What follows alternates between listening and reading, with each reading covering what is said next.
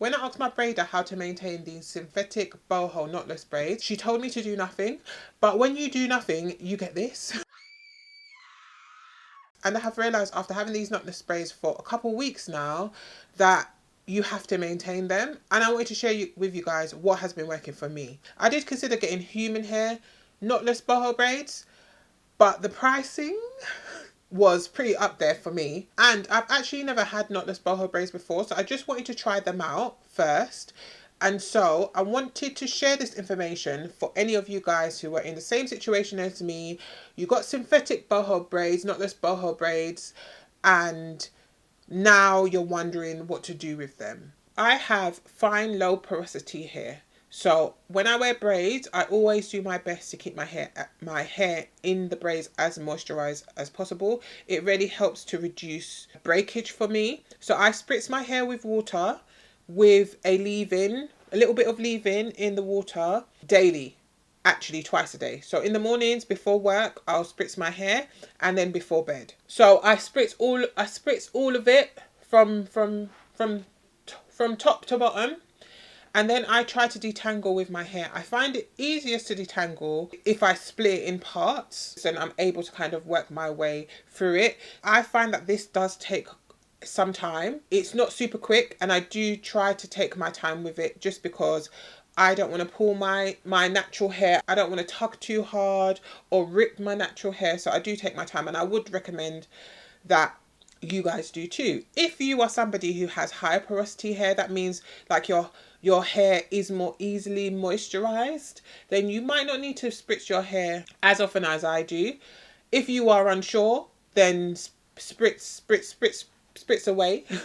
I also live in London, so it's cold here and it's winter. So if you are living somewhere that is cold, you might want to consider spritzing often. So I spritz my hair with water, and then I put a conditioner. Sometimes I use a leave-in. I'm still trying to find a fave for leave-in, but it is usually between my Shea Moisture, or sometimes I use Tresemme. As I'm putting it through my braids, I will also squeeze. So I'm kind of squeezing the conditioner in. So I'll go through and I'll squeeze. I do this on damp hair. So if I'm doing this to my hair after I have fully washed my hair, then I will use a t-shirt to kind of get rid of some of the water from my hair.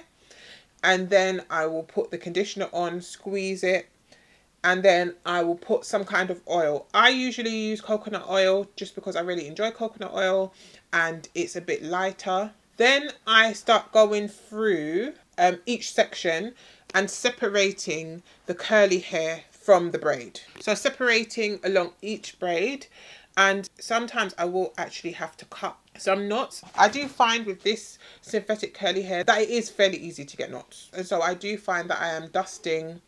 I go through and I dust. I actually don't really mind because I did want a lower density boho-y look. A more natural look is what I was kind of going for. So I actually don't mind having to go through. So I go through and I cut out all of the knots. I don't pull or tug just so that I'm protecting my hair underneath.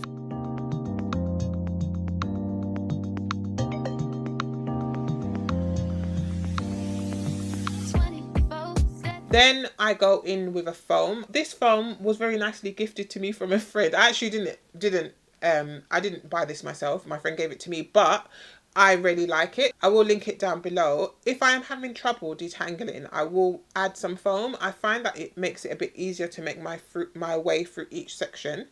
So I will either add the foam as I'm trying to make my way through them, or I will put it in once I'm done. Usually that's enough for me. If I am going to bed, I do one of two things. A lot of the times I don't really like going to bed with my hair down just because I don't really like the way that it feels on my skin. I do have a thing about that.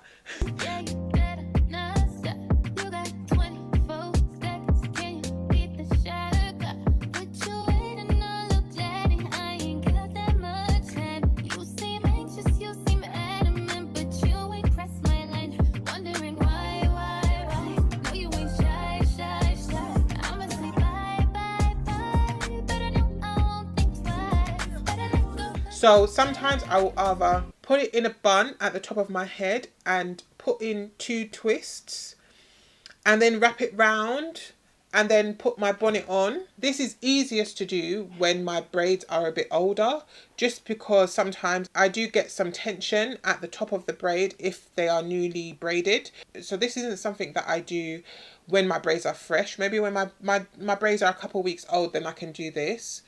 And I tie it at the top of my head, and then I put my bonnet on. Sometimes I do have to have a pillow for me and a pillow for my bun, just because sometimes when I'm lying down, it can kind of lean to the side and put some pressure on the side of my head. My hair does break pretty easily though, and I do have fine hair. So I do the absolute most, trying to make sure that I'm reducing as much tension on my hair as possible. Either that, or I will put my hair in two twists on each side and put my bonnet on and go to sleep wearing it down. This way I don't mind so much, but sometimes I do find like I kind of roll into my hair. If I'm trying to switch sides or move around, sometimes I find that I catch my hair sometimes, which isn't always the greatest feeling, but I do find that these two techniques do work. And sometimes if I have to, I will alternate the two. So if I feel as though, you know, wearing it at the top is putting a bit too much pressure on my sides or my edges, then I'll do one night at the top, one night at the bottom. And so far that has worked for me. I do also oil my scalp. So I try to use a light oil just because I don't want to clog my pores. So I usually go through with an oil applicator. Pick this oil applicator up from Amazon and just go through my parts. I will link below the kind of hair that I used, because I also wasn't sure what kind of synthetic hair to use. I quite like, actually not quite, I love my knotless boho braids. I think that they look so pretty. You can see that actually they are already a bit knotted. But they are so pretty. I really, really like them. I'm hoping you guys can see them up against my black shirt. But I'll insert some video of them. I think that they are beautiful, and I definitely would get this style again. This wasn't a very informed decision. I literally just went to the hair shop and picked a curly synthetic hair that they had in the colour 1B. There weren't many options. Don't be like me, guys, plan in advance.